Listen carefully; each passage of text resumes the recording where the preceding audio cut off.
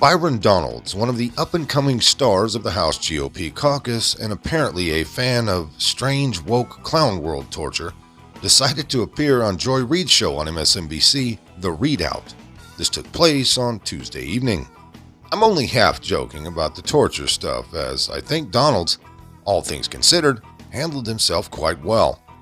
He was knowledgeable and ready to handle pretty much everything those deranged maniacs over at MSNBC threw at him. And then there was Joy Reid, the hands-down most racist caricature the mainstream has performing at present, who displayed her usual brand of abject stupidity and mind-numbing low-IQ shallowness. Today, we'll just jump right into the clips. After all, Joy is just that special kind of stupid that I, and I hope you, all find entertaining, in a step-on-a-rake repeatedly sort of way. Welcome to the show. Hey, how you doing? Good. Thanks for coming down, basically across the street, because we're like really close to the Capitol. Right. So I want to start by just talking about, in the previous segment with Congressman Swalwell, we were just talking about the changes that are happening in the House under this new leadership. 3 people, including Congressman Swalwell, Ilhan Omar, and Adam Schiff, are being taken off their committees. Those who are being added, Congressman Santos is the one who made up his whole resume, allegedly, in New York. Paul Gosar, whose family have said he's a white supremacist, attended sort of meetings of white supremacy and got kicked off his committees because he tweeted out an anime of depicting him killing AOC, Congresswoman Alexandria Ocasio-Cortez, and Marjorie Greene. They're getting back on committees. I just wonder what you think of that. Do you think that that is a good look for the Republican Party? No, I think going back on committees is what should happen. Look, what we told Democrat leadership when they went down this pathway of removing members from committee is basically saying you should not do that because if it's good for the goose, it's good for the gander. Let's be very clear. Ilhan Omar has said things that are reprehensible. Hold on. Let me finish. She has said terrible things about the Jewish community, so much so that resolutions had to go to the House floor about them, and they were watered down. With respect to Eric Swalwell and to the other gentleman, that's something for Speaker McCarthy to speak to in more detail because he's going to make those decisions. But we were very clear in the 117th Congress. We should not be going down this pathway of saying, oh, that member said this, they got to be kicked off of committees. But that is happening. No. Did it? What we're doing is, so you did it. So now this is what happens. This is the response. Let's get back to the status quo of you pick your committee people, we'll pick ours, and we'll go from there. Well, let me ask you this, because you're not getting back to that status quo. If you're kicking people off committees and you're saying it's literally for vengeance, you're now admitting it's just for revenge. That doesn't sound like getting back to the status quo. It sounds like using committee leadership for vengeance, but that's what you just said. If you want to change the rules, then we'll live by your rules. I don't think we should do that. But if you want to change the rules that the House of Representatives has lived under since the beginning of the Republic, and now you're going to change them because you didn't like what somebody said? I don't think that's a change in the rules. That's happened before. You know what? I'm letting you know. People have been removed from was elected. But people have been removed from committees. I will say, though, that people being on and off committees has nothing to do with the work of the 118th Congress. We are actually going to get to border security. We're going to get to energy policy. We have to go through debt ceiling. We're going to have to figure out a way to cut our spending, curtail our spending, because we're living well beyond our means. That is the work of the Republican Conference in the next Congress. This other stuff, that's kind of a sideshow. It's not a sideshow because, unfortunately, it's kind of the show. So let me translate Joy Reid's little reality television rantings there. What she really means to say is that she does not want to abide by the rules she and her party established during the last Congress. You see, nasty Nancy Pelosi ruled with an iron fist, reaching norms and dictating to Republicans who could be on what committees. Now, that shift, which Republicans warned about, is coming back to bite Democrats on the ass. Poor racist Joy Reid doesn't like having to play by the standards she supported when it was politically convenient. And of course, there are more serious reasons aside from payback for kicking politicians like Adam Schiff and Eric Swalwell off their committees. Namely, they are shameless liars who abuse their positions, and in the case of Swalwell, there are serious national security concerns with him being on the House Intelligence Committee. Let's roll the next clip. of that. My friend Jody Arrington, who's going to chair budget, he wants to look into the budget and also look into entitlements.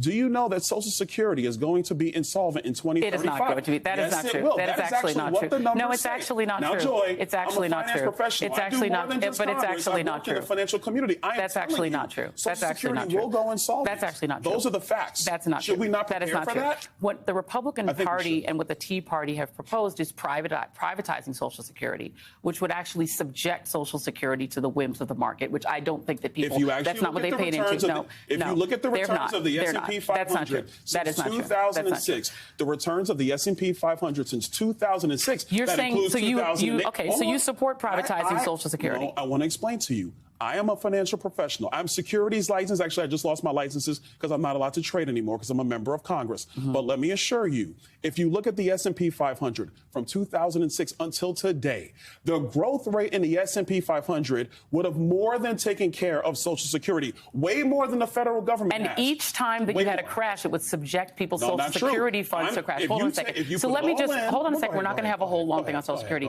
but let me just be clear. You are in favor of privatizing Social Security? No, I'm not in favor. But you just argued for it. I said you brought it up, and I brought you the facts. But you on S&P 500. So if a bill came forward to privatize Social Security, you'd be for it? No, because what we should be doing. Okay, then it's a moot point. Then it's a moot point. It's not a moot point. Then it's a moot point. You're trying to put words in my mouth. But you just explained that the S&P would be a better return than Social Security. Better returns. So then you're for privatizing. That is a fact. Okay, so don't cheapen privatization when the data is crystal clear that the returns would have been better. Okay, you're for it. You've said that you're for it. That means that it would have been a better situation than what we've seen to this point. Let's go into some of the other things. You were nominated for Speaker. Yeah. You've been in Congress one term. Yes. What were your qualifications to be Speaker of the House? Well, look, I think my colleagues, they recognize my leadership, and they've seen it in many leaps and bounds, Can you even give specifics? in one term. Secondarily, I've served before at the state level, now here at the federal level. What were your specific qualifications to be Speaker? I actually understand budgets. I understand what the long-term ramifications what are. What is the job of the Speaker? Hold on a second. We have to have a conversation. I'm trying. You're cutting me off. Hold on. What is the job of Speaker? Can you explain what the job of Speaker is? Because the job of Speaker doesn't have to do every single member of Congress has served in. Okay, what is the job? The job of the Speaker of the House, number one, is to actually make sure that the Congress is operating on time. It largely sets the agenda for the conference. For the entire House of Representatives. It actually engages in negotiations with the Senate and the White House on major issues, key issues. The Speaker of the House has security clearances that most members do not have. You're number three, obviously, in line to the presidency, and there's much, much more. The job is critical. Oh, and by the way, the Speaker of the House is also responsible for security at the fundraising. Right. Course. And so you've been there one term, and you're saying that you would be prepared after one term to do the job that Speaker Pelosi and others who were in leadership. You ran for leadership, and you lost that leadership race to the congresswoman, a congresswoman who ended up being in leadership, right? So you were not elected to leadership, but you believe that though you've never served in leadership ever, and you've only served one term, that you believe you were qualified. Now, I wasn't aware that there was anyone out there who actually argued against the idea that Social Security is going to go insolvent eventually. But apparently, racist Reid is, indeed, that one person. Her exchange with Donalds over the topic perfectly illustrates the problem with talking heads who read teleprompters for a living. They end up convincing themselves that they are the experts in every field, when they are really only an expert at delivering lines written by a producer. Donalds knows what the hell he's talking about, and he has the actual financial background to justify his statements with some authority. Shouting, "Not true," isn't an answer, especially when the coming insolvency of Social Security is so obvious for all to see. As to the notion that Donalds should have rejected the nominations to Speaker he received, the question is why? Now, if someone nominated me for Speaker of the House, well, I'd accept it too. How many black Democrats have been nominated for things in the past and have ended up falling short? Does that make them all tokens as well? According to Reid, it would, though she'd quickly move the goalpost to avoid owning that standard if the shoe was placed on the other foot, of course. Things really didn't get any better as the interview wrapped up. Reid decided to play the greatest hits, voter suppression, while defending herself from a charge that she had previously accused Donalds of being less black than other folks. But the problem is, that's exactly what she did, so her entire song and dance came across as basically obfuscation. Here's another clip. Last question. We are out of time.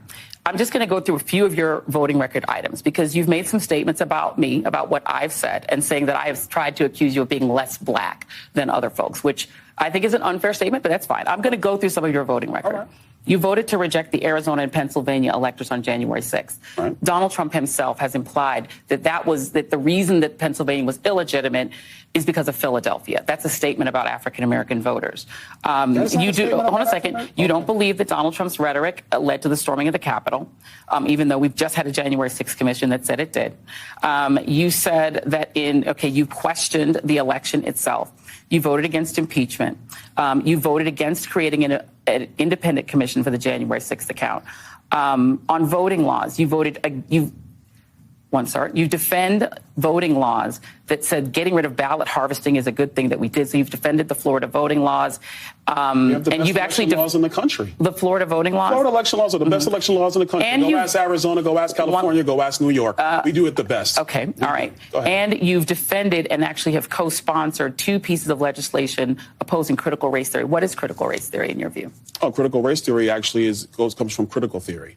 And essentially what it does at the graduate level, it talks about the implications of racial policies in the past in American history, their impact on society today. The impact on law. Hold on. The issue with critical race theory, if you distill it down into K-12 education, is you do not have the ability to have the detailed conversation of critical race theory at the graduate level. And so here's my question. If it seeps down into K-12 education, is it stuff that students are not prepared to be dealing with? Shouldn't students just be learning about reading, writing, and arithmetic? And so you don't believe that students should be learning about the racial history of the country? Because critical race theory is not taught. Hold on. Critical race theory is not taught in a single K through 12 school. That's not true. One moment. It's a legal theory that's taught in law schools. Okay, we're going to have to come back and continue this conversation. We're actually literally out of time. They're telling me you have to go. Okay. Critical race theory is not taught in our schools. And learning about racial history actually would be good for it's your show. I'm going to give you the last word, but we're going to do this again. We can come back. That's Byron right. Donalds, thank you very much. We'll be back after this.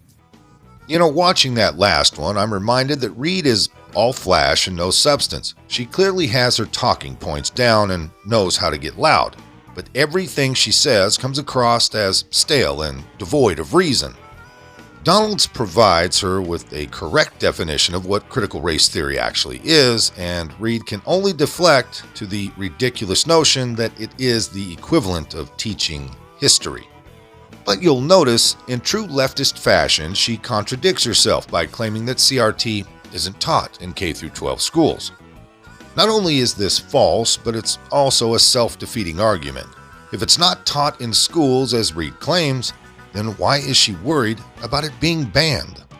Her protesting here makes no sense, and they show a person who is afraid to even embrace what they actually believe. You know, I'd almost respect Reid just a little bit more if she just said, yeah, I like CRT, and it should be taught in schools. Instead, she plays this silly game where she claims CRT isn't taught, but also that if it is, then it's a good thing. To wrap things up, in the end, the contrast here was stark. Donalds answered the questions put before him without turning into a raving lunatic. Meanwhile, Reid, on the other hand, was just looking to deliver yet another heated monologue. Not true, not true, not true, not true. Now, when it's all said and done, at least me personally, I'm not a very big fan of Republicans making it a habit of going on these types of shows because I think it lends credibility to idiots like Joy that clearly don't deserve it. Now, please don't get me wrong, Donalds did very, very well. But once again, let's not make this a habit. Maybe once every 6 months, show up, verbally bitch slap Joy, Rachel, Don Lemon, somebody around. You know, just enough to stay sharp. But, you know, on the other hand, something tells me Joy's not going to probably invite him back anytime soon. Most of this came by way of redstate.com. If you liked it, hit that like button. Subscribe if you haven't. Leave a comment down below. There's a PayPal link in the description box, so please put $1 in the bucket on the way out the door. I'd like to thank everyone for all your donations. They're much needed and much appreciated. Now, with all that being said, we'll see you next time. Come on, move. Move. Easy, easy.